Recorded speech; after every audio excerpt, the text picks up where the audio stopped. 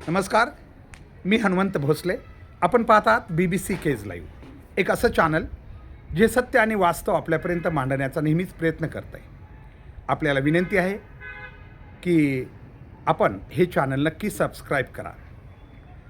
मित्रांनो, सध्या महाराष्ट्रामध्ये महानगरपालिकांचे निवडणुका सुरू आहेत आणि या निवडणुकातला गोंधळ बघितला तर खरोखर लोकशाही नेमकी कुठं पोचली याबद्दल प्रत्येक सुजाण नागरिकाला चिंता वाटू लागली.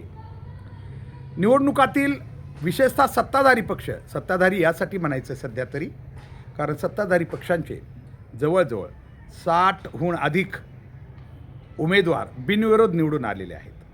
अशा काळात, ज्या काळात एखादं इलेक्शन किंवा निवडणूक लढवायची म्हटलं तर किमान, म्हणजे पक्ष सांगतात किंवा नेते सांगतात त्यावरून आम्ही बोलतो आहे, किमान महानगरपालिकेसारख्या एखाद्या उमेदवाराला नगरसेवक बनायचं असेल तर किमान माझ्या माहितीप्रमाणे 4 ते 5 कोटी खर्च करावे लागतील असं एक सांगितलं जात आहे. आता कुठलंही सांगणं, बोलणं, चर्चा होणं हे काहीतरी होतं आहे तेव्हाच ती होते. त्यामुळे इतकं ठीक आहे, 5 कोटीच्या जागी कदाचित जास्त बी असतील किंवा कमी असतील, पण किमान असा अर्थ या ठिकाणी वापरला जातो. कारण महानगरपालिकेचा एक नगरसेवक जवळजवळ आमदाराच्या इक्वॅलंट असतो म्हणे, कारण शेवटी महानगरपालिका आहे ती. असो, काही असो, मात्र या ठिकाणी हे सत्ताधाऱ्याचंच का व्हावं हा बी प्रश्न आहे. आता इथं कुणी हा व्हिडिओ बघणारे म्हणतील की आम्ही कदाचित सत्ताधारी आणि विरोधक किंवा यांच्यातला फरक करतो, अशी अजिबात नाही. परंतु मला वाटतं विरोधक बी काही कमी पैशावाले नाहीत, त्यांनी बी 10-5 त्यांचेही नगरसेवक निवडून यायला पाहिजे होते बिनविरोध. परंतु याचा अर्थ असा आहे की सत्ता हाती असल्यानंतर जनतेचा पैसा कुठं फिरवता येतो हे याच्यातून एक तर अधोरेखित होतं आहे. मी असं का बोलतो, कुणाला वाटत असेल तर त्याने आपला विवेक वापरावा, आपली विचार वापरावेत. आणि मला हे बी सांगावं, सध्या आम्ही टी व्हीवर काही जाहिराती बघतो आहे. खरं तर या जाहिराती लोकसभा आणि विधानसभेला आम्ही पाहत होतो, पण आता चक्क अगदी महानगरपालिकेच्या निवडणुकीच्या जाहिराती टी व्हीवर येऊ लागलेल्या आहेत. भावनिकतेला बी काही मर्यादा असावेत. ठीक आहे, लाडकी बहीण अंतर्गत तुम्ही 1,500 रुपये दिलेत, हे नक्कीच दिलेत, चांगली गोष्ट आहे, त्यांना हातभार लागत असेल, पण त्याचा फायदा किती घ्यायचा, किती निवडणुकात त्याचा फायदा घ्यायचा याचा विचार करायला पाहिजे. आणि पैसा एक अशी गोष्ट आहे, शेवटी तुम्ही तो व्यक्तिगत दिला आहे, तो विकासात्मक नाही आहे. व्यक्तिगतरित्या ते बी 100% नाही आहे. जे पात्र आहेत तेवढ्यानंच दिला आहे, तर तेवढ्या एका गोष्टीचा लाभ किती घ्यायचा आणि जाहिरातीत ते पैसे दाखवायचे, लोभ निर्माण करायचा, हे कुठंतरी आमच्यासारख्या नागरिकाला न पटणार आहे. बरं, हे इथं सोडून द्या. समजा ते दाखवत आहेत हे ठीक आहे. मी आत्ता म्हटलं, आम्ही बघितलं तर सध्या फक्त भारतीय जनता पार्टी, शिवसेना शिंदे गट आणि राष्ट्रवादी अजित पवार गट यांच्या जाहिराती टी व्हीवर दिसत आहेत. तर बाकीच्यांच्याकडं मग पैसे नाही आहेत का काय, नेमकं कसं आहे? एक तर बिनविरोध बी त्यांचे नाही आहेत आणि जाहिराती बी नाही आहेत. याच्यातून काय अर्थ घ्यायचा? सोडा, हे बी सोडा. त्याही पुढं गेला तर जे काही पक्षांतर झालेलं आहे की असंख्य लोक सत्ताधारी पक्षामध्ये, जी काही प्रचंड मोठा लोंढा. खरं तर आता विचारधारा, तर आम्ही मागेही 1-2 व्हिडिओ मी केले, विचारधारा नावाची गोष्टच नाही, काही कसलीच नाही आहे.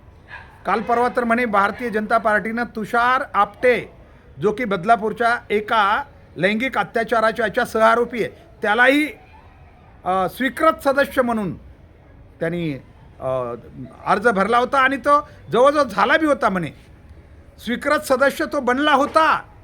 परंतु खरं तर तुषार आपटेंचंच खरं कौतुक करावं लागेल. त्याच बिचाऱ्याला लाज वाटली आणि त्यानं कदाचित लाजून कासत नाही आपला राजीनामा दिल्याचं प्रसिद्धी माध्यमानं जाहीर केलं.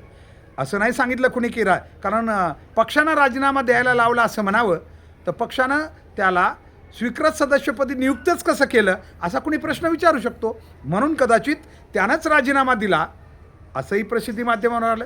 म्हणून आम्हाला वाटतं पक्षापेक्षा इथं आरोपी जरी असला तरी तुषार आपटे हा जास्त, मला वाटतं कुठंतरी त्याला इज्जत आहे असं वाटू लागलेलं आहे. कारण का की त्यानं किमान लाजून तरी राजीनामा दिला की आपण एक सहआरोपी आहेत बदलापूरच्या एका लैंगिक प्रकरणामध्ये, म्हणून त्याने तो दिला असेल.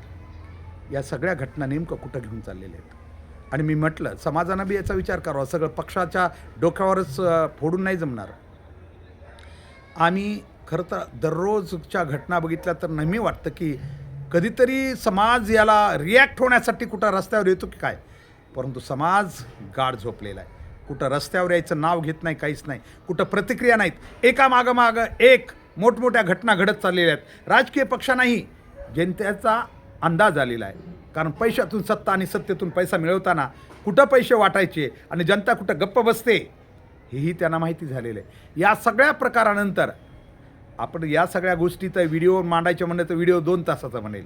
पैसे कसे वाटले जातात, काय काय होतं आहे, कोण उमेदवार कसे काय करतात, कसे उमेदवार पळवले जातात, आणि इतकंच नाही तर अगदी हत्या करण्यापर्यंत या निवडणुकीनं या ठिकाणी दाखवून दिलं आहे की आता निवडणूक जर तुम्ही उभा राहायचं म्हणलात तर तुमच्या आयुष्यात काही होऊ शकतं. एक तर तुम्ही प्रचंड मोठे पैशावाले असणं तर आवश्यक आहे, त्या व्यतिरिक्त याच्याही पुढे गेलात. कारण अगोदर कसं होतं, लोकांना पैसे वाटून निवडणुका जिंकता येत होत्या.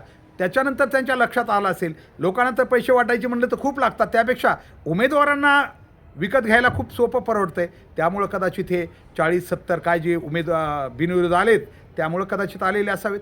तर या सगळ्या घटना पाहता नेमकं आता पुढच्या पिढीसाठी आम्ही नेमकं काय सांगणार आहेत हे काहीच उत्तर याचं मिळायला तयार नाही. निवडणुका सुरू आहेत, तेच ज्या दिवशी निवडणुकाचे निकाल लागणार आहेत नेहमीप्रमाणे लोकांना सांगितलं जाईल, सगळे चॅनलवाले म्हणतील उद्या आमच्याकडे सगळ्यात अगोदर निकाल पाहायला मिळणार आहे. आणि निकाल जसं मागं 1-2 इलेक्शनमध्ये आम्ही बघितलं, सत्ताधारी पक्षांचे उमेदवार कसे अगदी प्रचंड मोठ्या वेगाने पुढे जातात, कदाचित याच्याही तसंच होण्याची शक्यता आहे. याच्यापेक्षा वेगळं दृश्य आम्हाला 16 तारखेला काही पाहायला मिळेल असं काही वाटत नाही. तुम्हाला काय वाटतं आहे तुम्ही कमेंट बॉक्समध्ये जरूर लिहा, कारण मी माझा कमेंट बॉक्स कधी बंद करत नाही.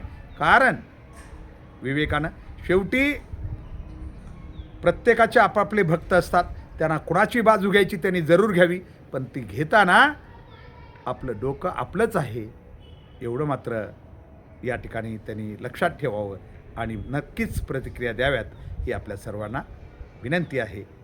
धन्यवाद.